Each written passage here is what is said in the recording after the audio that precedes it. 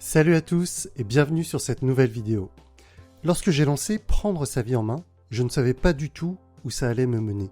Ce n'est pas si vieux, pourtant, à l'époque, je n'avais aucun entrepreneur dans mon entourage. J'étais perdu entre ce statut de salarié qui ne me convenait plus et un monde que je ne connaissais pas. Et puis, sur mon chemin, j'ai croisé des entrepreneurs qui s'épanouissaient. Ça avait l'air super. C'est ça que je veux faire. Sauf que l'entrepreneuriat, ce n'est pas toujours rose, contrairement à ce qui est souvent mis en avant. Certes, on travaille à son rythme, quand on veut, mais ça ne veut pas dire que l'on travaille moins, et c'est très souvent le contraire. Parfois, l'entrepreneuriat peut avoir une influence néfaste sur sa vie personnelle, sur sa vie de famille ou sur sa vie de couple. Parfois, il faut un mental d'acier pour surmonter les tempêtes, car oui, il y a des moments difficiles. On parle souvent du burn-out des salariés, car trop de pression de la hiérarchie, peu de reconnaissance, une charge de travail trop élevée. Mais les entrepreneurs ont aussi une grosse pression à gérer, et eux sont parfois seuls ou pas bien entourés. La vie pro peut alors prendre le dessus sur la vie perso. Et derrière, les fondations familiales se fragilisent jusqu'à parfois un déséquilibre douloureux et parfois une rupture.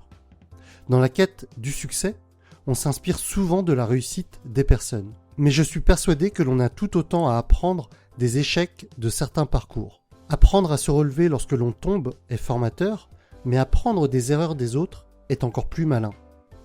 Aujourd'hui, je voudrais vous raconter une histoire.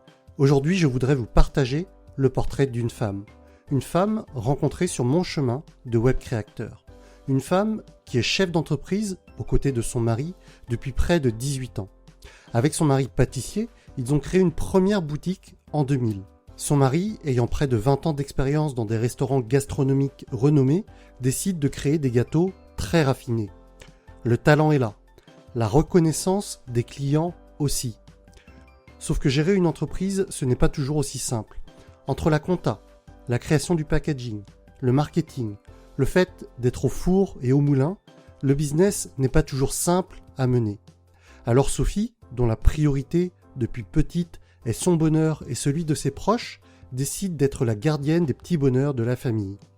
Et malgré les difficultés, le stress, les finances, le manque de temps, elle transmet sa joie de vivre à son entourage et non sans mal. Elle impose quelques jours de vacances à sa famille.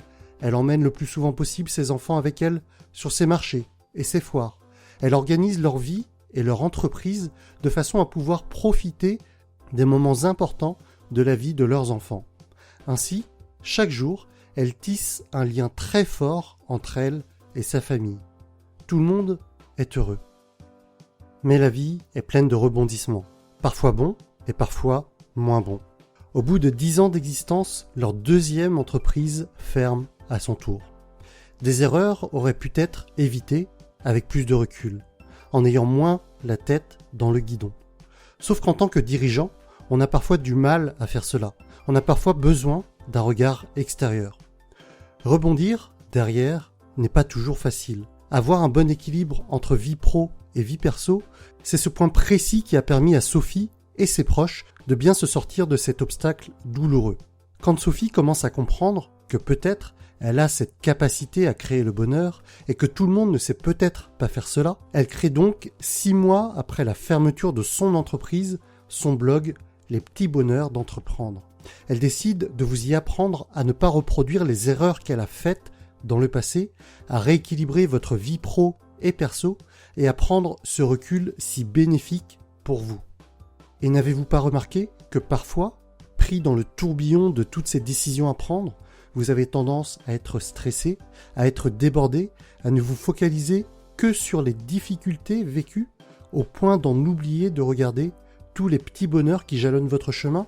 Avec son sourire et son optimisme, Sophie vous propose d'avancer ensemble sur ce chemin tortueux, de vous coacher pour que vous ne reproduisiez pas les erreurs qu'elle a pu faire durant ses 18 ans d'expérience. Comme vous l'avez sans doute compris, cette vidéo, je l'ai faite en partenariat avec Sophie à destination des entrepreneurs qui pourraient avoir des difficultés à trouver un équilibre entre vie pro et perso.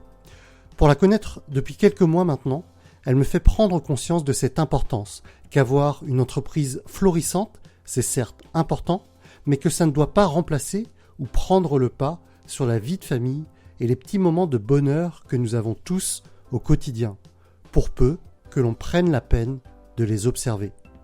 Cette vidéo est destinée aux entrepreneurs débordés, qui se font parfois dépasser par leur vie pro. Équilibrer sa vie pro et perso n'est parfois pas simple, mais c'est essentiel. Lorsque l'on est passionné, c'est parfois des choses évidentes, mais que l'on délaisse malgré nous. Si ces mots résonnent en vous, je vous invite fortement à aller faire un petit tour chez Sophie, des petits bonheurs d'entreprendre, en cliquant sur le lien en haut à droite ou dans la description. Elle saura vous aiguiller sur ce rééquilibrage vie pro et perso, tout en vous conseillant sur les erreurs à éviter qu'elle a pu expérimenter durant ses 18 ans en tant que chef d'entreprise. Si vous n'êtes pas directement concerné, mais que vous connaissez quelqu'un de votre entourage qui est dans ce cas-là, qui est un entrepreneur débordé, n'hésitez pas à lui partager cette vidéo. En tout cas, merci à vous de l'avoir visionnée et rendez-vous la semaine prochaine. Salut!